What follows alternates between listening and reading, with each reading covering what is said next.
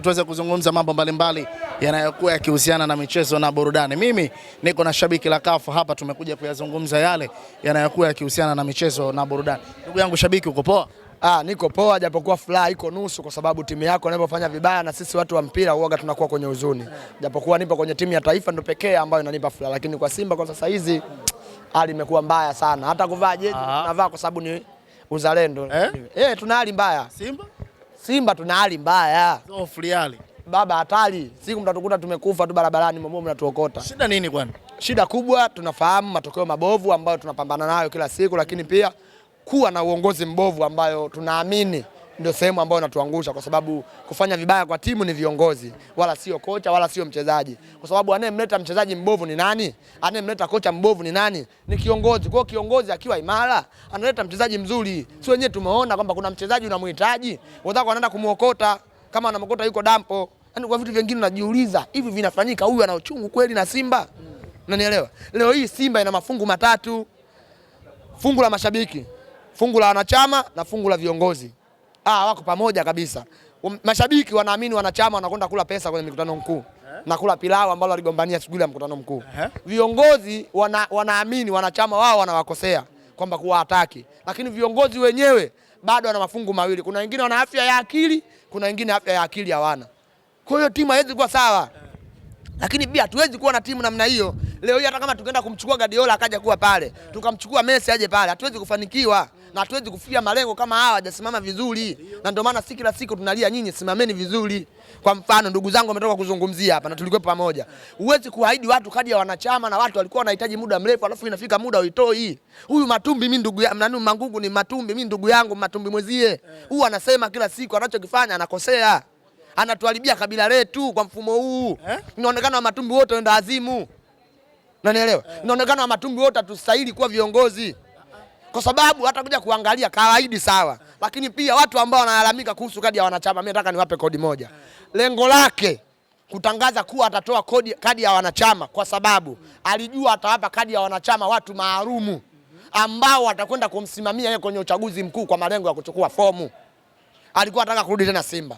Kwa alipotangaza kadi ya wanachama aliwajaza watu upepo ili watu waone kweli kadi ya wanachama wanatoa. Wale wanachama wa zamani wakienda kwenye mkutano mkuu wazuiliwe kwa sababu wanajua wale hawatakubali yeye kumfanyeje, kumpitisha. Wapange wake ambao amewapa kadi za mchongo waende wakamchague.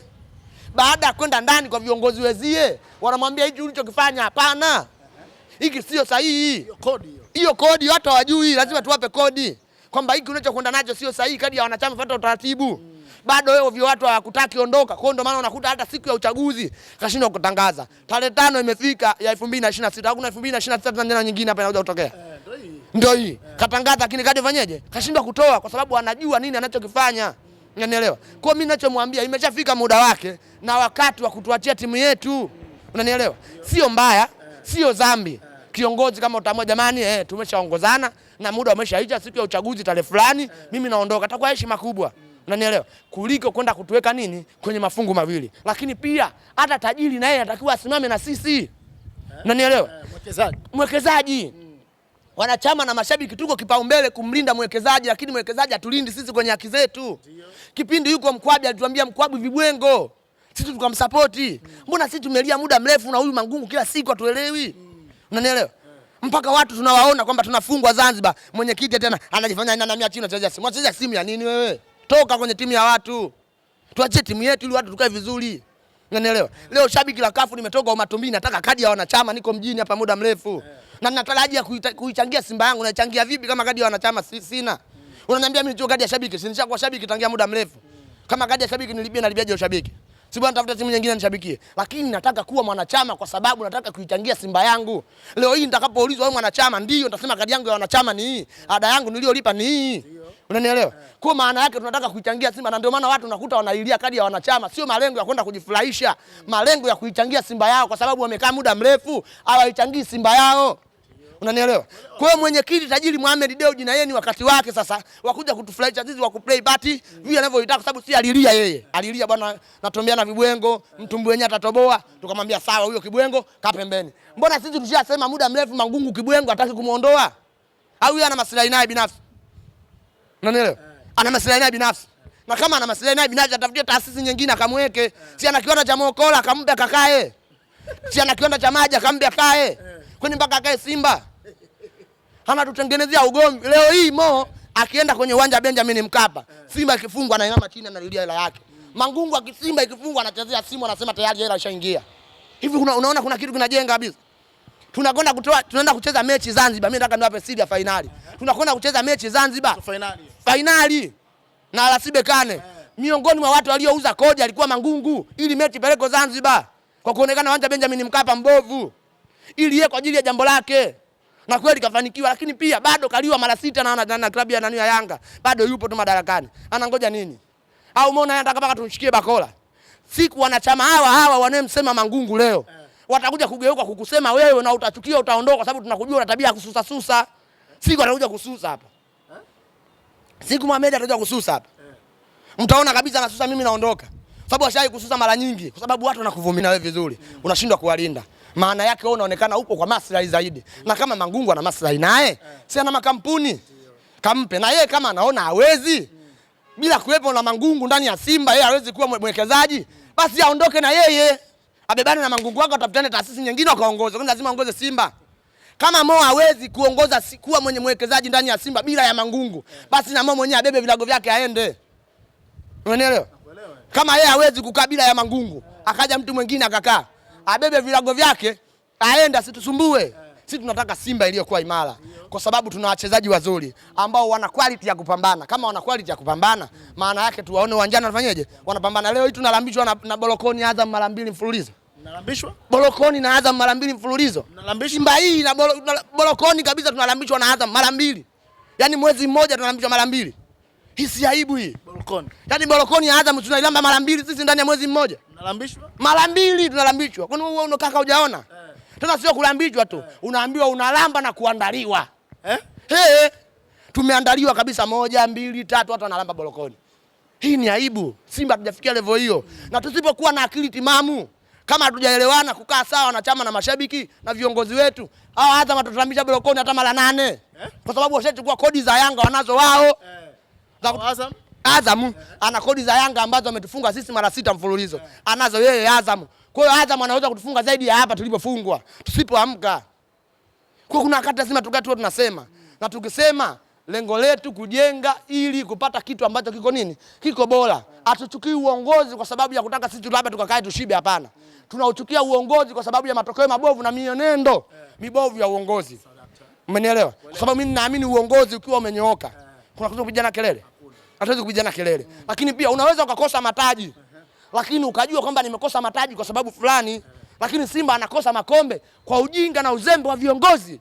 Kwa kuwa kwamba wana unakuta jitu anakata wewe, anacheka jukwani. Unacheka cheka nini wewe? Timu imefungwa unacheka cheka. Tena mimi naamini Simba tumekuwa pole sana. Tungekuwa kama yule Simba wa Mbugani, tungeanza kungatana huko barabarani, tungetafutana huko. Ingekuwa kama Simba wa Mbugani, tungeanza kungatana huko barabarani, hata uwanjani singekuwa tunafika. Lakini sisi wengine kwa sababu ya heshima zetu na busara zetu, tunaogopa kuhamasisha vurugu, lakini kwa hatua iliyofikia, kama ndivyo natilia msumari kwa wenzangu, kama itafika tarehe tunasema tarehe ngapi? Tarehe 29. Sio 29. Tunataka tarehe 28 tamko litoke. La sivyo tarehe 29 tutawaomba mashabiki kwa ridhaa. Mashabiki na wanachama kwa ridhaa yao. Tutawaomba jamani, viongozi wameshindwa kutusikiliza, tuwaonyeshe kwa vitendo kwa kutokanyaga uwanja wowote ambao tutapita kwa ajili ya mechi. Uwanja wowote. Yaani mechi ya tarehe 30 hamtokanyaga. Atusikanyage popote. Ili tuwaonyeshe kwamba na sisi tuna machungu, tuna shida. Tusikilizwe. Tutasikilizwaje? Lakini pia la kunyongezea kidogo, namuomba waziri wa michezo bwana Paul Makonda.